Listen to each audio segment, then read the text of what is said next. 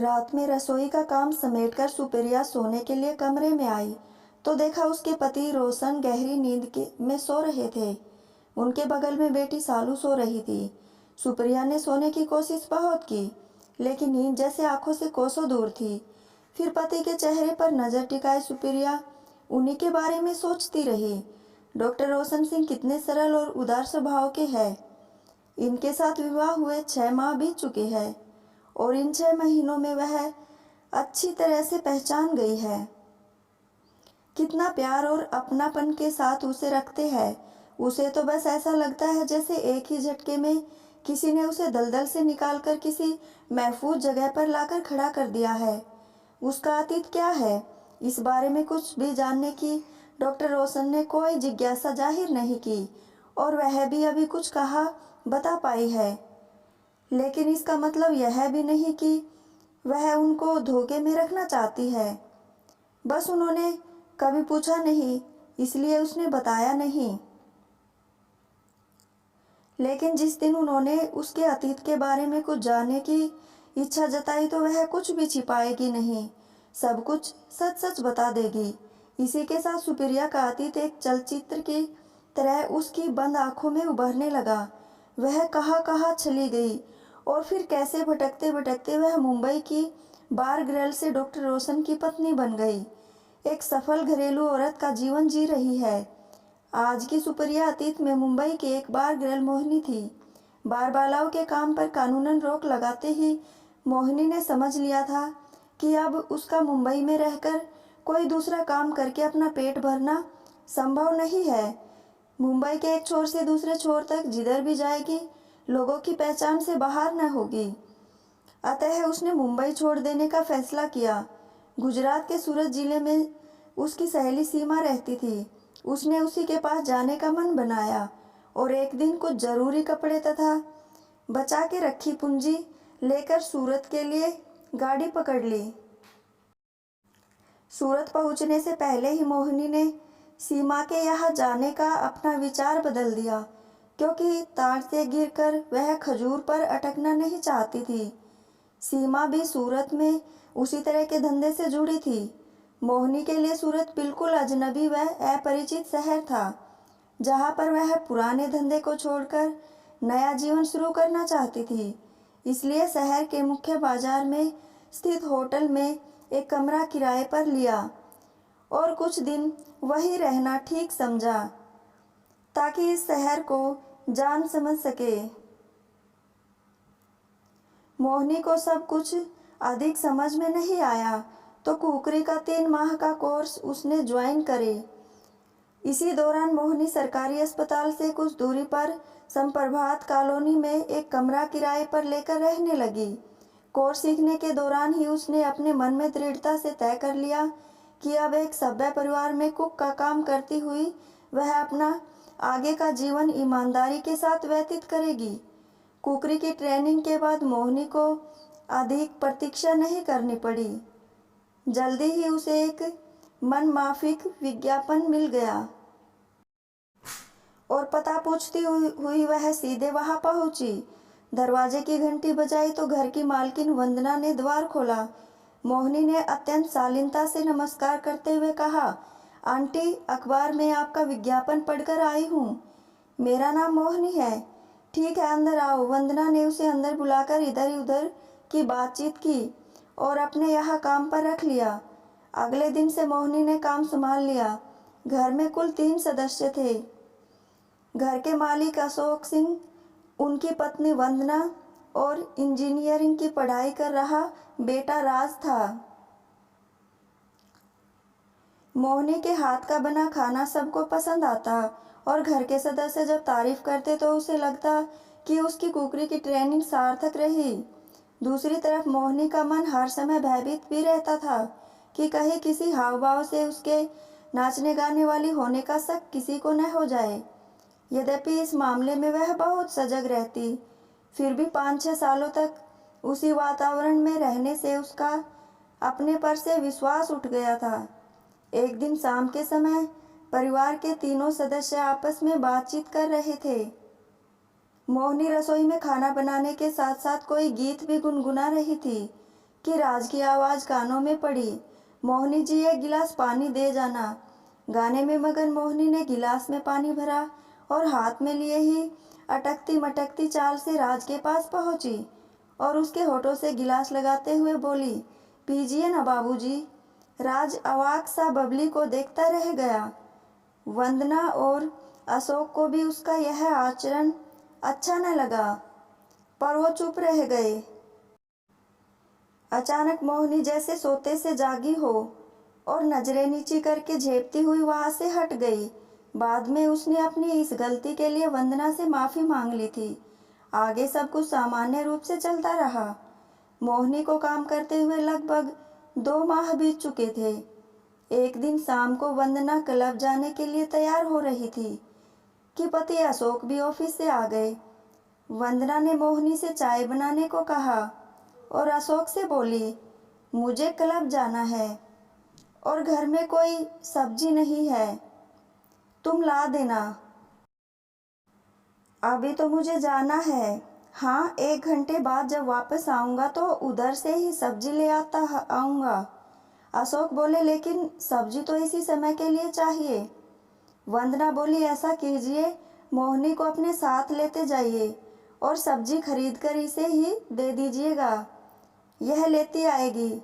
चाय पीने के बाद अशोक ने मोहिनी से चलने को कहा तो वह दूसरी तरफ का आगे का दरवाज़ा खोलकर उनकी बगल की सीट पर धम से बैठ गई और जैसे ही गाड़ी आगे बढ़ी, अचानक अशोक के कंधे पर हाथ मारकर मोहिनी बोली,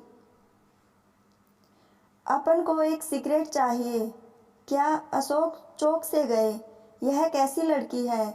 फिर मोहिनी की आवाज़ कानों में पड़ी, लाओ ना बाबूजी, सिगरेट है। अशोक ने गाड़ी रोक दी और उसकी तरफ देखते हुए जोर से बोले, मोहिनी, आज तू पागल हो गई है क्या? सिगरेट पिएगी? अशोक की आवाज़ मोहिनी के कानों में गरम लावे जैसी पड़ी। तंद्रा टूटते ही उसे लगा कि अतीत के दिनों की आदतें उस पर न चाहते हुए भी जब तक हावी हो जाती है। अपने को संभालती हुई मोहिनी बोली, अंकल, आज मैं बहुत थकी हुई थी। आपकी गाड़ी में हवा लगी तो झपकी आ गई। उसी में पता नहीं कैसे कैसे सपने आने लगे, जैसे कोई सिगरेट पीने को मांग रहा हो। माफ़ कीजिए अंकल, गलती हो गई। हाथ जोड़कर मोहिनी गिड़गिड़ाई। अशोक को मोहिनी की यह बात सच लगी और वह चुप हो गई। कार आगे बढ़ी। ढेर सारी सब्जियां खरीदवा कर अशोक ने मोहिनी को घर छोड़ा और अपने काम से चले गए। अशोक ने इस घटना का घर पर कोई जिक्र नहीं किया। वह अनुमान भी नहीं लगा सके कि मोहिनी बारबाला है, पर उसकी कमजोरी को उन्होंने भांप लिया था। मोहिनी को अपनी इस फुहड़ता पर बड़ी ग्लानि हुई। उसे समझ में नहीं आ रहा था कि इतना सावधान रहने पर भी उससे बार बार गलती क्यों हो जाती है। उसने दृढ़ निश्चय किया कि वह भविष्य में अपने पर नियंत्रण रखेगी ताकि उसका काला अतीत आगे के जीवन में अपनी कालिमा न फैला सके। बीतते समय के साथ सब कुछ सामान्य हो गया। मोहिनी अपने काम में इस कदर तल्लीन हो गई कि सिगरेट मांगने वाली घटना को भूल ही गई। एक दिन वंदना ने मोहिनी को चाबी पकड़ाते हुए कहा, मुझ दोपहर बाद एक सहेली के घर जन्मदिन पार्टी में जाना है। तुम समय से आकर खाना बना देना, मुझे लौटने में देर हो सकती है। राज तो आज हॉस्टल में रुक गया है, लेकिन अशोक जी को समय से खाना खिला देना। जी आंटी, लेकिन अगर साहब को आने में देर होगी तो मैं भेजकर उनका खाना लगा कर चली जाऊंगी। ठीक है, चली जाना। शाम को जल्दी आने की जगह मोहिनी कुछ देर से आई तो देखा दरवाज़ा अंदर से बंद है। उसने दरवाजे की घंटी बजाई तो अशोक ने दरवाज़ा खोला। उसे कुछ संकोच हुआ, फिर भी काम तो करना ही था, सो अंदर सीधे रसोई में जाकर अपने काम में लग गई। बर्तन व रसोई साफ करने के बाद मोहिनी बैठकर सब्जी काट रही थी कि अशोक ने कॉफ़ी बनाने के लिए मोहिनी से कहा। कॉफ़ी बनाकर मोहिनी उसे देने के लिए उनके कमरे में गई तो देखा वह पलंग पर लेटे हुए थे और उन्होंने इशारे से कॉफ़ी की ट्रे को पलंग की साइड टेबल पर रखने को कहा। मोहिनी ने अभी कॉफ़ी की ट्रे रखी ही थी कि उन्होंने उसका हाथ पकड़कर खींच लिया। वह धम से उनके ऊपर गिर पड़ी। उसे अपनी बाहों में भरते हुए अशोक ने कहा, जाने मन तुमने तो कभी मौका नहीं दिया, लेकिन आज यह सुअवसर मेरे हाथ लगा है। मोहिनी अपने को उनके बंधन से छुड़ाते हुए बोली, छोड़िए अंकल, क्या करते हैं। लेकिन अशोक ने उसे छोड़ने की जगह अपनी बाहों में और भी सख्ती के साथ जकड़ लिया। अपने बचने का कोई रास्ता न देखकर मोहिनी ने हिम्मत करके एक जोरदार तमाचा अशोक के गाल पर जड़ दिया। अप्रत्याशित रूप से पड़े इस तमाचे से अशोक बौखला से गए। दो कौड़ी की छोकरी, तेरी यह हिम्मत, कहते हुए अशोक उस पर जानवरों जैसे टूट पड़े कि तभी दरवाजे की घंटी बज उठी और उनकी पकड़ एकदम ढीली पड़ गई। मोहिनी को लगा कि जान में जान आई और भागकर उसने दरवाज़ा खोल दिया। सामने वंदना खड़ी थी। उनसे बिना कुछ कहे मोहिनी रसोई में खाना बनाने चली गई। खाना बनाने का काम समाप्त कर मोहिनी जाने के लिए वंदना से कहने आई। वंदना ने देखा खाना पीना सब कुछ तरीके से मेज पर सज गया था। उसकी प्रशंसा करती हुई वंदना कहा, मोहिनी, मुझे तुम्हारा काम बहुत पसंद आता है। मैं जल्दी ही तुम्हारे पैसे बढ़ा दूंगी। इतने समय में मोहिनी ने निश्चय कर लिया कि अब वह इस घर में काम नहीं करेगी। अतः दुखी स्वर में बोली, आंटी, इतने दिनों तक आपके साथ रहकर मैंने बहुत कुछ सीखा है, लेकिन कल से मैं आपके घर में काम नहीं करूंगी। मुझे क्षमा कीजिए। मेरा भी कोई आत्मसम्मान है जिसे खोकर मुझे कहीं भी काम करना मंजूर नहीं है। अरे यह तुझे क्या हो गया? मैंने तो कभी भी तुझे कुछ कहा नहीं। वंदना ने जानना चाहा।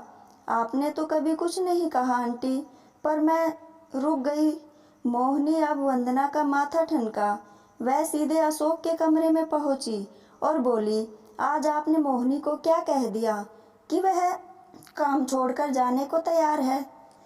अशोक ने अपनी सफाई देते हुए कहा, हाँ, थोड़ा डांट दिया था, कॉफ़ी पलंग पर गिरा दी थी, लेकिन कह दो, अब कभी कुछ नहीं कहूँगा। पति की बात को सच मानकर वंदना ने मोहिनी को बहुतया समझाया, लेकिन वह काम करने को तैयार नहीं हुई। घर आकर पहले तो मोहिनी की समझ में नहीं आया कि अब वह क्या करे। अगले दिन जब तनाव रहित होकर वह आगे के जीवन के बारे में सोच रही थी तो उसे पड़ोस में रहने वाली हम उम्र नर्स का ध्यान आया। बस उसके मन में ख्याल आया कि क्यों न वह भी नर्स की ट्रेनिंग ले, नर्स बन जाए और अपने को मानव सेवा से जोड़ ले। इससे अच्छा कोई दूसरा कार्य नहीं हो सकता। उस नर्स से मिलकर मोहिनी ने पता करके नर्स की ट्रेनिंग के लिए आवेदन पत्र भेज दिया और कुछ दिनों बाद उसका चयन भी हो गया। ट्रेनिंग पूरी करने के बाद उसे सरकारी अस्पताल में नर्स की नौकरी मिल गई। नर्स के सफ़ेद लिबास में वह बड़ी सुंदर व आकर्षक दिखती थी। अस्पताल में डॉक्टर रोशन सिंह की पहचान अत्यंत शांत स्वभाव के, व्यवहार कुशल और आकर्षक व्यक्तित्व वाले डॉक्टर के रूप में थी। मोहिनी को उन्हीं के स्टाफ में जगह मिली तो साथी नर्सों से पता चला कि डॉक्टर रोशन विदुर है। 2 साल पहले प्रसव के दौरान उनकी पत्नी का देहांत हो गया था। उनकी एक 3.5 साल की बेटी भी है जो अपनी दादी माँ के साथ रहती है। इस हादसे के बाद से ही डॉक्टर रोशन शांत रहने लगे हैं। उनके बारे में सब कुछ जान लेने के बाद मोहिनी के मन में डॉक्टर के प्रति गहरी सहानुभूति हो गई। मोहिनी का हमेशा यही प्रयास रहता था कि उससे कोई ऐसा काम न हो जाए जिसे डॉक्टर रोशन को किसी परेशानी का सामना करना पड़े। अब सुबह शाम मरीजों को देखते समय मोहिनी डॉक्टर रोशन के साथ रहती।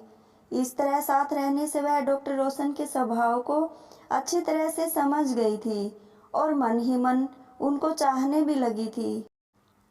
लेकिन उसमें अपनी चाहत का इजहार करने की न तो हिम्मत थी और न ही हैसियत।